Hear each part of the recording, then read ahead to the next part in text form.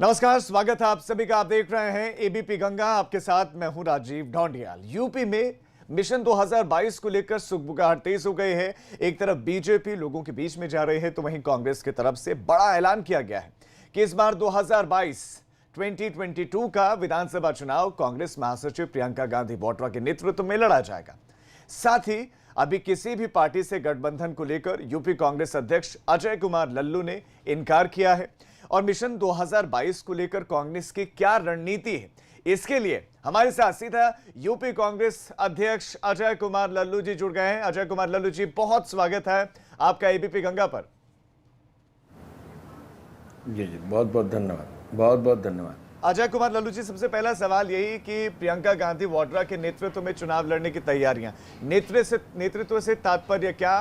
Priyanka Gandhi Vadra CM face होंगी UP में कांग्रेस का? नहीं, देखिए, जब से आदरणीय श्रीमती प्रियंका गांधी जी उत्तर प्रदेश की महासचिव और प्रभारी के रूप में आई हैं, जिस तरह वो जन सरोकार के मुद्दे पर मुखर हैं, सड़क पर आंदोलन कर रही हैं, निश्चित रूप से उत्तर प्रदेश के नौजवानों में, किसानों में, आम लोगों में एक गहरी आस्था व्यक्त हुई है। और हमें भरोसा और विश्वास है कि 2022 में कांग्रेस, जनता के सहयोग से, जनता का आशीर्वाद कांग्रेस पार्टी को मिलेगा।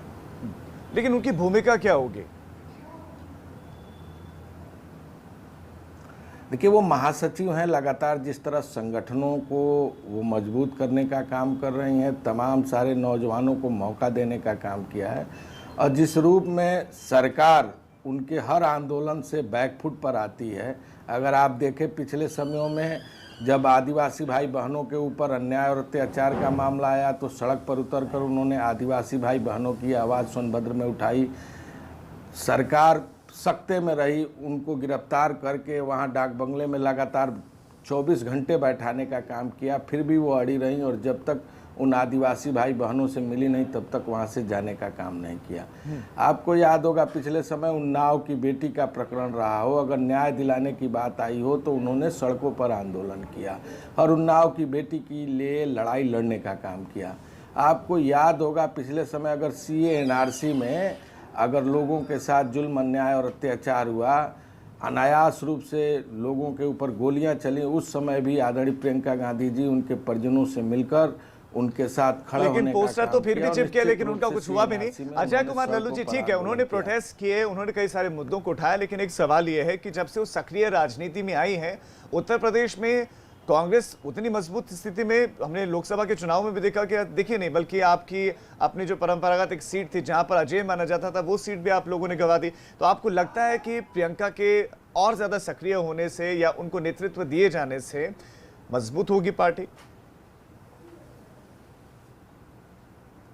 देखिए, वो हमारे उत्तर प्रदेश की प्रभारी हैं, राष्ट्रीय महासचिव हैं, और आप देख सकते हैं कि जब से वो आई हैं तब से उत्तर प्रदेश कांग्रेस पार्टी लगातार, चाहे वो किसानों के विषय के मुद्दे का मामला रहा हो, किसान जन जागरण यात्रा के दौरान हम लोग लगभग उत्तर प्रदेश के सभी गाँवों में गए, आवारा पशुओं की समस्या को लेकर, गेहूँ के सही दाम, लागत मूल्य की समस्या को लेकर, गन्ना किसानों के आंदोलन को लेकर लगातार हम लोग सड़कों पर आंदोलन करते रहे और किसानों से संवाद स्थापित किया और किसान जन जागरण यात्रा की। कानून व्यवस्था के सवाल पर लगातार हम लोगों ने सड़कों पर आंदोलन किया। और अभी आप देख सकते हैं संगठन को मजबूत करने की दृष्टि में कितना काम उन्होंने किया? 1 करोड़ 15 लाख कितना मजबूत कर पाए?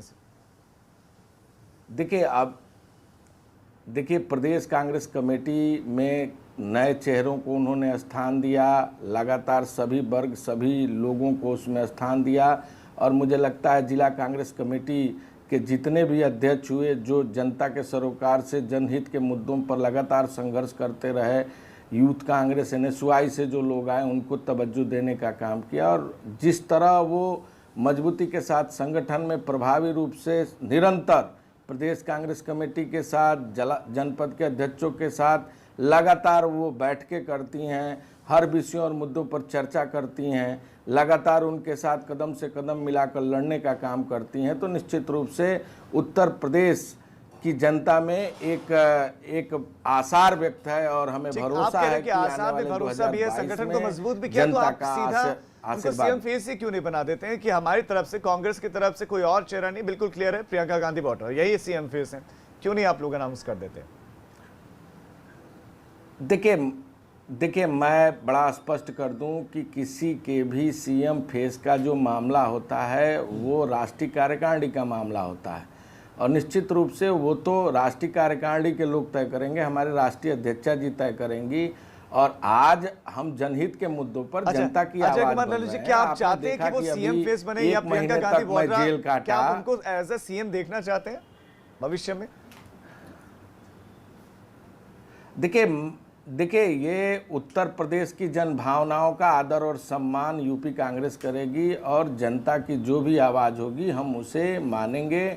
और आज जिस रूप में आदरणीय प्रियंका गांधी जी के देखरेख में उत्तर प्रदेश कांग्रेस पार्टी मजबूती के साथ सड़कों पर आंदोलन कर रही है, जनहित के मुद्दों पर आंदोलन कर रही है, कार्यकर्ता जेल जाने से नहीं डर रहा है, तमाम मुकदमे भी हुए कार्यकर्ताओं पर फिर भी नहीं डिगा और इस अहंकारी और अन्यायी सरकार के खिलाफ संघर्ष कर रहा है, तो हमें भरोसा है, हमें विश्वास है कि 2022 में उत्तर प्रदेश की जनता का आशीर्वाद कांग्रेस पार्टी को मिलेगा। अच्छा अजय कुमार लल्लू जी, आपको अपना कॉम्पिटिटर इस वक्त कौन लग रहा है? कौन आपको लगता है जिसके साथ आपकी प्रतिस्पर्धा है? इससे पहले जब आप विधानसभा के चुनाव में उतरे थे तब तो समाजवादी पार्टी के साथ गठबंधन में थे, अभी आप कह रहे हैं कि कोई गठबंधन भी नहीं होगा, तो ऐसे में आपको बीजेपी भी है, सपा भी है, इधर बसपा भी है, कौन आपको कॉम्पिटिटर लगता है अपना?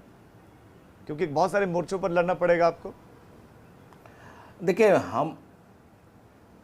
हम आज जनता की आवाज़ बन रहे हैं, नौजवानों की आवाज़ बन रहे हैं, गरीबों की आवाज़ बन रहे हैं, शोषितों वंचितों मजलूमों की आवाज़ बन रहे हैं और आज हम काम के आधार पर जनता के बीच में जाएंगे। हम किसी को अपना कॉम्पिटिटर नहीं मानते क्योंकि हम जनहित की आवाज़ को उठाने का लगातार प्रयास कर रहे हैं। यही तो सपा भी कह रही है, सभी बसपा भी कह रही है कि हम भी जनहित की आवाज़ को उठा रहे हैं, हमें तो वही आप भी उठा रहे हैं, वही वो भी उठा रहे हैं, तो ऐसे में आप क्या अलग उठा रहे हैं फिर? आप देख सकते हैं कि सपा और बसपा किस रूप में आवाज़ उठा रही है और कांग्रेस किस रूप में आवाज़ उठा रही है।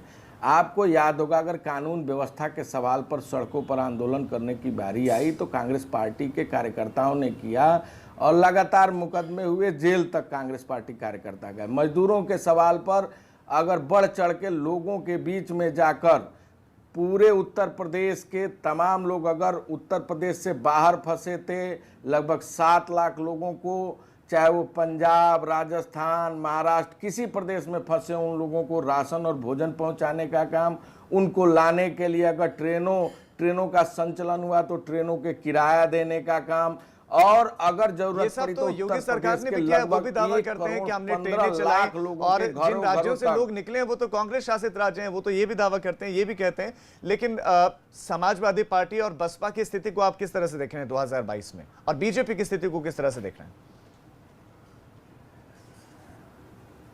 देखिए सपा और बसपा आज मौन है, डरी हुई है और कहीं ना कहीं सीबीआई और ईडी के कारण वो घर से निकल पाने की स्थिति में नहीं है। और जहाँ तक अगर आपने भारतीय जनता पार्टी की बात की तो भारतीय जनता पार्टी के दमन के खिलाफ अगर आप उत्तर प्रदेश में देखें तो उत्तर प्रदेश अपराध में नंबर 1 है।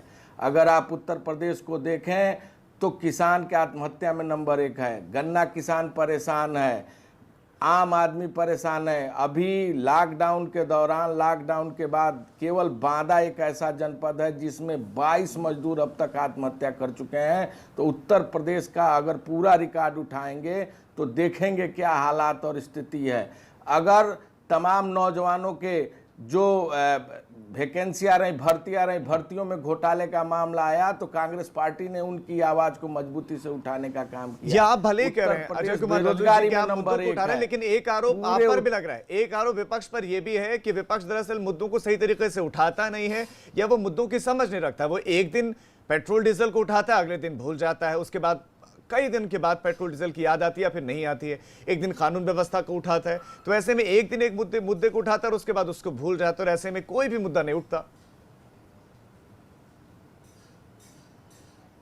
नहीं, देखिए, पेट्रोल डीजल के सवाल पर उत्तर प्रदेश के सभी जनपदों में आंदोलन हुआ, सभी ब्लॉकों में आंदोलन हुआ, सड़कों पर, यहीं लखनऊ की राजधानी में आंदोलन हुआ और पूरा देशव्यापी आंदोलन चला। जहां तक अगर आप बात करेंगे कानून व्यवस्था के सवाल पर, आप याद करिए, अगर शाहजहांपुर की बेटी के न्याय का मामला था, उस समय कांग्रेस पार्टी ने पदयात्रा की थी जिसमें गिरफ्तारी हुई थी। अगर उन्नाव की ही एक और बेटी के न्याय का मामला हुआ था तो सड़कों पर आंदोलन हुआ था जिसमें कांग्रेस पार्टी के कार्यकर्ताओं पर लाठियां चली थी, मुकदमे लिखवाए गए थे। और हर कानून में अभी जब उत्तर प्रदेश में जंगल राज की स्थिति लगातार बनती गई है, लगातार उत्तर प्रदेश लूट, हत्या, डकैती और अपराध में नंबर 1 की स्थिति में है, तो अगर कानून व्यवस्था के सवाल पर लोगों के रक्षा और सुरक्षा का मामला आया तो कांग्रेस पार्टी के कार्यकर्ताओं, लेकिन वो तो कह रहे हैं हम तो ऑपरेशन क्लीन चला रहे हैं और जब बदमाशों के लिए प्रदेश में कोई जगह नहीं है। जिन लोगों को पनाह दी गई पूर्व की सरकारों में, उनको एक एक करके ढेर किया जा रहा है, या तो वो जेल के सलाखों के पीछे हैं।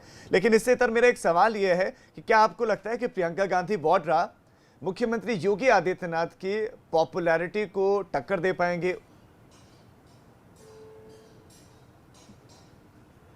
देखिए, मैं समझता हूं कि आदरणीय प्रियंका गांधी जी अपना काम कर रही हैं। हम किसी को टक्कर देने के लिए आदरणीय प्रियंका गांधी जी नहीं आई हैं।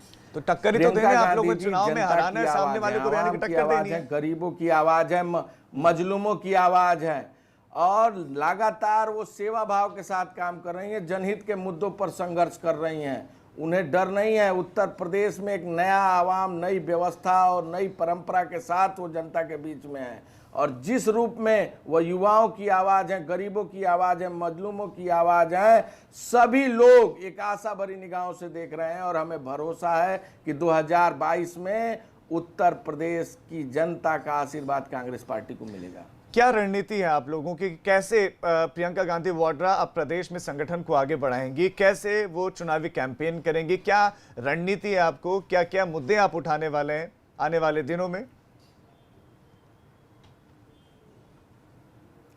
देखिए, लगातार आदरणीय प्रियंका गांधी जी, चाहे वो बुनकरों का सवाल हो, चाहे उत्तर प्रदेश में लघु उद्योग का मामला हो, आप जानते हैं कि उत्तर प्रदेश में 89 के बाद कांग्रेस की सरकार नहीं है और 89 के पहले 1 डिस्ट्रिक्ट 1 प्लान की शुरुआत कांग्रेस पार्टी ने की थी।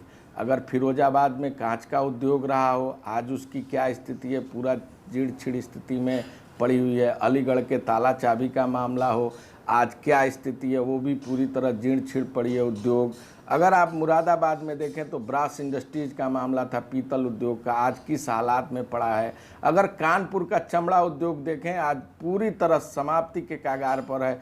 कितने मिलें थी कानपुर, कभी मिलों के नाम से जाना जाता था, आज क्या स्थिति है, वो सांस तक नहीं ले पाने की स्थिति में है। अगर आप देखें उत्तर प्रदेश में तमाम चीनी मिलें, जो कभी चीनी का कटोरा कहा जाता था, उत्तर प्रदेश लगभग 70% से अधिक गैर कांग्रेस की सरकारों ने। लेकिन अजय कुमार लल्लू जी, इतनी सारी समस्याएं हैं तो न बुरकन प्रोटेस्ट कर रहे हैं, निश्चित न किसान प्रोटेस्ट कर रहे हैं, न गन्ना किसान प्रोटेस्ट कर रहे हैं। प्रदेश में इस तरह के प्रोटेस्ट तो हो नहीं रहे, क्योंकि जैसे पूर्व की सरकारों में अगर नाराजगी होती थी तो वो आक्रोश दबता नहीं था, वो आक्रोश फूट जाता था, बाहर निकलता था। इस सरकार में ये दिखता नहीं है।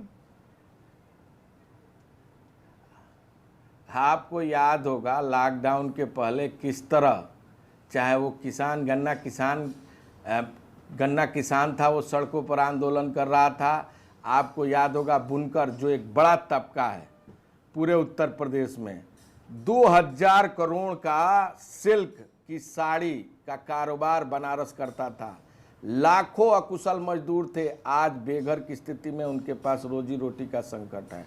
1200 करोड़ रुपए के कालीन का उद्योग करता था भदोई, आज पूरी तरह निर्यात बंद है। कहीं ना कहीं लॉकडाउन होने के नाते जो जन आंदोलन आप चाहते हैं, देखना चाहते हैं, वो सड़कों पर दिखाई देता। और निश्चित रूप से हम आपको, ठीक है, आप कह रहे हैं कि लॉकडाउन की वजह से ऐसा हो नहीं पाया। अजय कुमार लल्लू जी, आप एबीपी गंगा के साथ जुड़े, आपका बहुत बहुत शुक्रिया। तो एबीपी गंगा पर सारे सवालों के जवाब दिए कांग्रेस प्रदेश अध्यक्ष अजय कुमार लल्लू ने। प्रियंका गांधी वाड्रा के सीएम फेस पर सीधे सीधे कुछ नहीं कहा, लेकिन यह कहा कि उनके नेतृत्व में लड़ेंगे। सीएम फेस बनेगी या नहीं बनेगी, ये उनका कहना है कि आला कमान के निर्देश पर होगा। तमाम मुद्दों को उठा रहे हैं और कांग्रेस बेहतर स्थिति में। साथ ही साथ सपा और